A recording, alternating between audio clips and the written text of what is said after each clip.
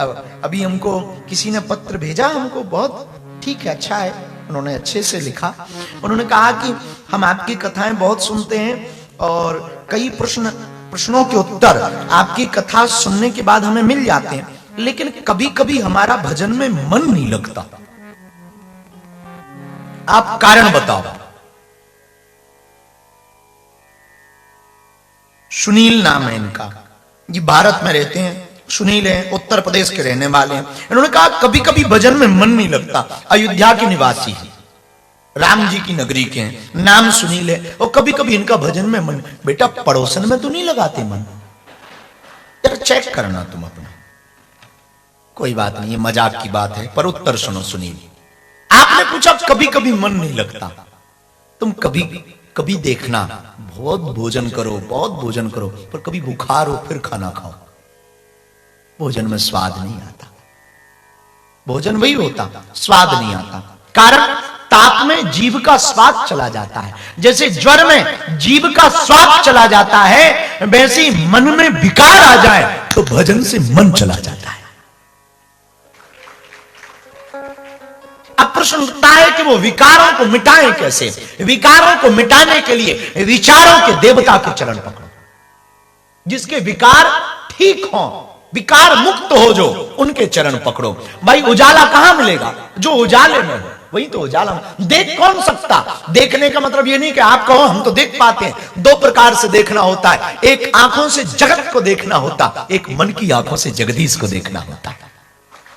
और तुम यदि केवल जगत को देख पा रहे तो भी तुम अंधे ही हो, और तुमसे भला तो अंधा है कि उसकी दोनों फूटी। कम से कम उसे ये पता तो है कि हमें दिखाई नहीं पड़ता। तुम तो इस भरोसे में भी हो कि हमें दिखाई पड़ता, और दिखने के बाद भी यदि तुम्हें जगदीश ना दिखा तो कुछ ना दिखा। तो सुनील तुमने पूछा मन नहीं लगता, मन लगे भी क्यों? जगत को यदि तुम अपना मानोगे तो मन नहीं लगेगा, जगदीश को अपना मानोगे तो मन लगेगा। उपाय क्या है? उपाय है विचारों की मुक्ति का उपाय। आप पूछो कि कोई ऐसा उपाय बताओ कि हमारे विचार ठीक हो, तो हनुमान जी के चरण पकड़ो, हनुमान जी विचार ठीक करेंगे।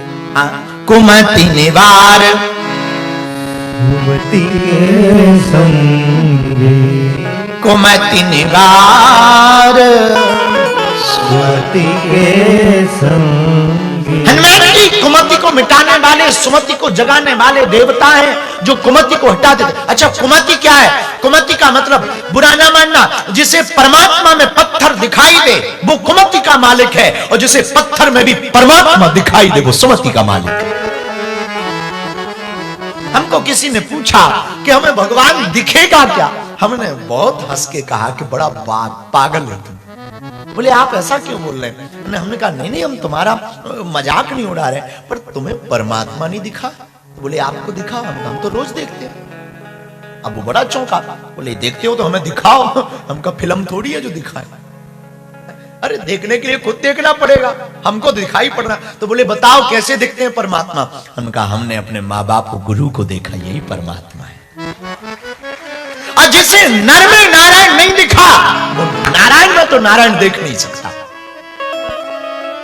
नर में यदि आपको नारायण नहीं दिखाई पड़ रहा तो तुम नारायण में तो नारायण देख ही नहीं सकते हो, क्योंकि परमात्मा का अंशज है नर, नारायण का अंशज है नर।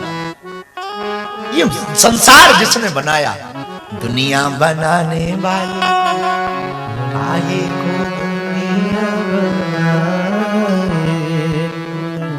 क्या तेरे मन में परमात्मा ने दुनिया को बनाया, लेकिन इतनी सुंदर दुनिया बनाई।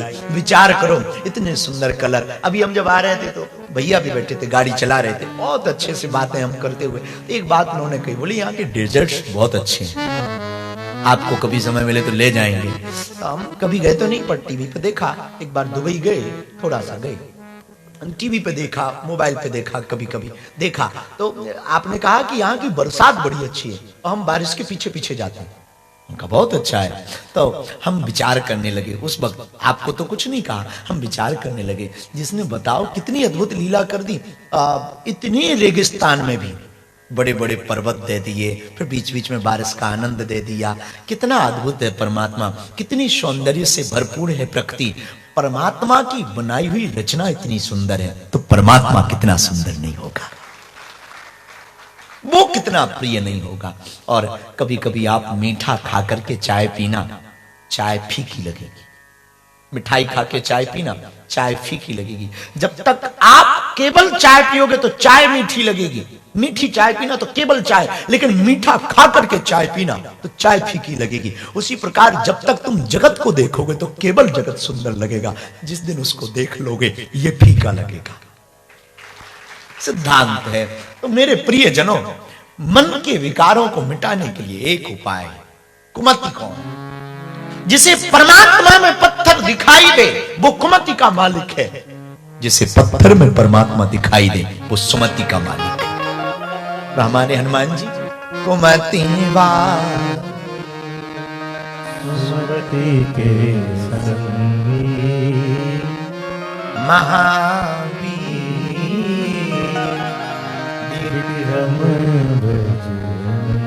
वो कुमति को निकाल देते हैं। तो सुनील जी, आपने पूछा कि हमारा मन कभी कभी भजन में नहीं लगता, उसके पीछे है विकार, और विकारों को मिटाने के लिए हनुमान जी से मिलो, क्योंकि हनुमान जी विचारवान है, हनुमान जी ज्ञानवान है, हनुमान जी बुद्धिमान है, हनुमान जी विद्यावान है, हनुमान जी बलवान है, हनुमान जी हनुमान है, लेकिन विचारवान है। अब आपको इसका प्रमाण कहां? सुंदरकांड में है। कपि करे हृदय विचार दीन मुद्रिका जनु अशोक अंगा। हनुमान जी ने विचार किया। विचार क्या किया? मुद्रिका डालू या ना। हनुमान जी की एक अद्भुत आदत है। पूछो क्या? पूछो। वो पहले विचार करते हैं, फिर कार्य करते हैं, बाद में प्रचार करते हैं। और जितने भी कंपनी वाले लोग बैठे कान खोल के सुन लो, हम लोग पहले प्रचार करते हैं, फिर कार्य करते हैं, जब बिगड़ जाता है तब विचार करते हैं। और हनुमान जी से सीखो, क्या अद्भुत मैनेजमेंट है हनुमान जी का। इसलिए तो हमने प्रारंभ में ही आज एक शब्द कहा, मल्टी टैलेंटेड हनुमान। जरा सीखो हनुमान जी से, क्या गजब का टैलेंट है हनुमान जी के अंदर। पहले वो विचार करते हैं, फिर कार्य करते हैं, प्रचार अपने आप हो जाता है, करना ही नहीं पड़ता। लंका में कहां एडवर्टाइजमेंट किया? हनुमान जी से सीखो, क्या गजब का एडवर्टाइजमेंट अपनी कंपनी का किया। नो इन्वेस्टमेंट, कुछ इन्वेस्ट नहीं किया और फुल कंपनी का प्रचार करके आए। देखो तो, लंका किसकी? रावण की। घी किसका? रावण का। तेल किसका? रावण का। कपड़ा किसका? रावण का। आग किसने लगवाई? रावण ने जलाई भाई साहब। क्या गजब का मैनेजमेंट है हनुमान जी का। और ऐसा भी नहीं, हम बहुत बिना तर्क की बात नहीं कर रहे हैं कि बहुत विनोद में आपको कह रहे हैं, बहुत तर्क की बात कर रहे हैं। हनुमान जी जब रावण के सामने पहुंचे तो रावण ने दुनिया का सबसे कठिन प्रश्न किया हनुमान जी से। दुनिया का सबसे कठिन प्रश्न हनुमान जी से किया रावण। पूरे विश्व का सबसे कठिन प्रश्न यदि है तो वो एक है, कौन है बंदर? ये रावण ने कहा। ये कौन प्रश्न वाला कठिन है पूरे वर्ल्ड का। तुमसे पूछा जाए कि तुम कौन हो, तो हम लोग तुरंत कह देते, आई एम भाग्येश्वर धाम सरकार, आई एम धीरेन्द्र कृष्ण शास्त्री। अच्छा, मान लो धीरेन्द्र कृष्ण नाम ना रखते, वीरेंद्र रखते, तो हम वीरेंद्र हो जाते। इससे सिद्ध होता है कि हम धीरेन्द्र नहीं, वो तो नाम दिया है, बाद का दिया है। और कुछ और होता तो कुछ और पुकारा जाता, जरूरी थोड़ी धीरेन्द्र पुकारा जाता। आपका नाम कीर्तिदान गढ़वी है, उसकी जगह आपका यशदान गढ़वी रखा जाता, तो आज यशदान बुलाया जाता। इससे सिद्ध होता है कि आपका परिचय कीर्तिदान नहीं है, परिचय कुछ और है, बाद में चिपकाया गया नाम जानने के लिए। तो असली पहचान क्या है? सबसे कठिन प्रश्न हनुमान जी से किया रावण ने, कौन है बंदर? और सबसे सरल उत्तर हनुमान जी ने पूरे वर्ल्ड का दिया। अंग्रेजी में भी एक सेंटेंस है, हु आई एम। ये सबसे ज्यादा जितने भी फिलोसफर हुए, पूरी दुनिया के दार्शनिक हुए, लाओ त्से, सुकरात, डायोजनीज, अरस्तु, प्लेटो, जितने भी ये दार्शनिक हुए, उन्होंने भी एक ही बात के क्वेश्चन के आंसर को जान पाए और उसी के उत्तर को जानने के बाद उन्हें महान माना गया। अब वो उत्तर था, क्वेश्चन था, हु आई एम, और उन्होंने अपने आप को जाना। सुकरात ने यही तो जाना। सुकरात से कहा गया कि तू सत्य बहुत बोलता, तुझे जहर दिया जाएगा, या तो तू सत्य बोलना बंद कर दे। सुकरात कहता है मरने जैसी बातें हैं, बेफिजूली की। जहर पीना पसंद है पर सत्य बोलना छोड़ना पसंद नहीं है। सत्य पकड़े रहेंगे, जहर पी सकते हैं। तो किसी ने कहा पागल आदमी, एक छोटी सी बात के लिए तू मरना चाहता। सुकरात कहता कौन ऐसा आदमी है जो ना मरे, थोड़ा 2 साल पहले मर जाए, क्या फर्क पड़ता है, लाओ जहर।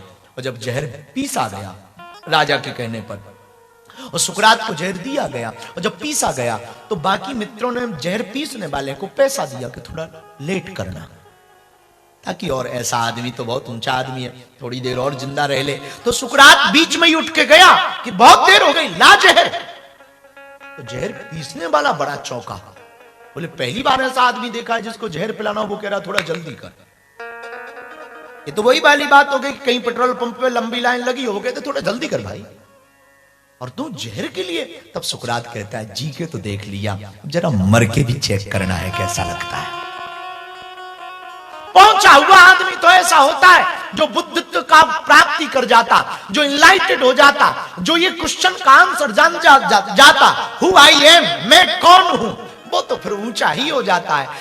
रावण ने प्रश्न किया, सबसे कठिन प्रश्न किया, कौन है बंदर। हनुमान जी ने उत्तर क्या दिया, सुंदरकांड पढ़ना, आप सुनकर प्रसन्नचित्त होंगे। जाके बल लवले से ते जीता हूं चराचर, तास दूत में जा हरियाणा प्रिय। पूरे उत्तर में हनुमान जी ने अपना नाम नहीं बताया, उत्तर क्या दिया और रावण मान गया।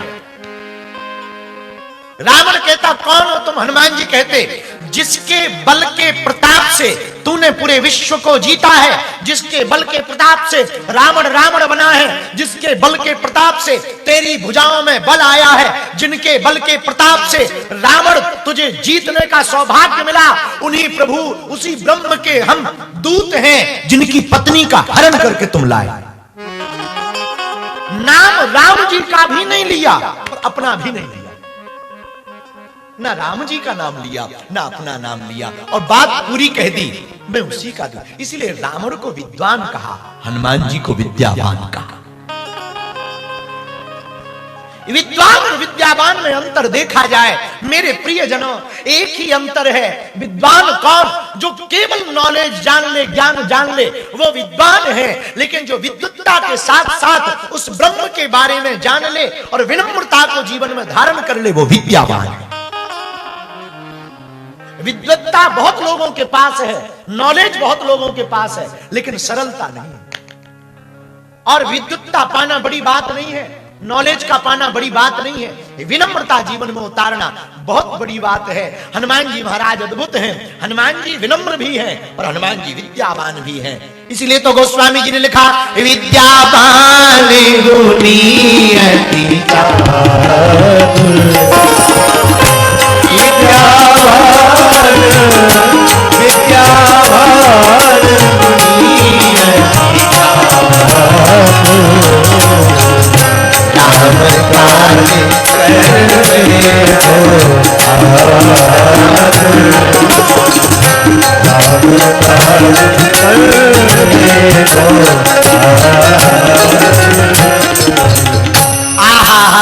रावण है विद्वान, हनुमान जी है विद्यावान। हनुमान जी विद्यावान क्यों बने?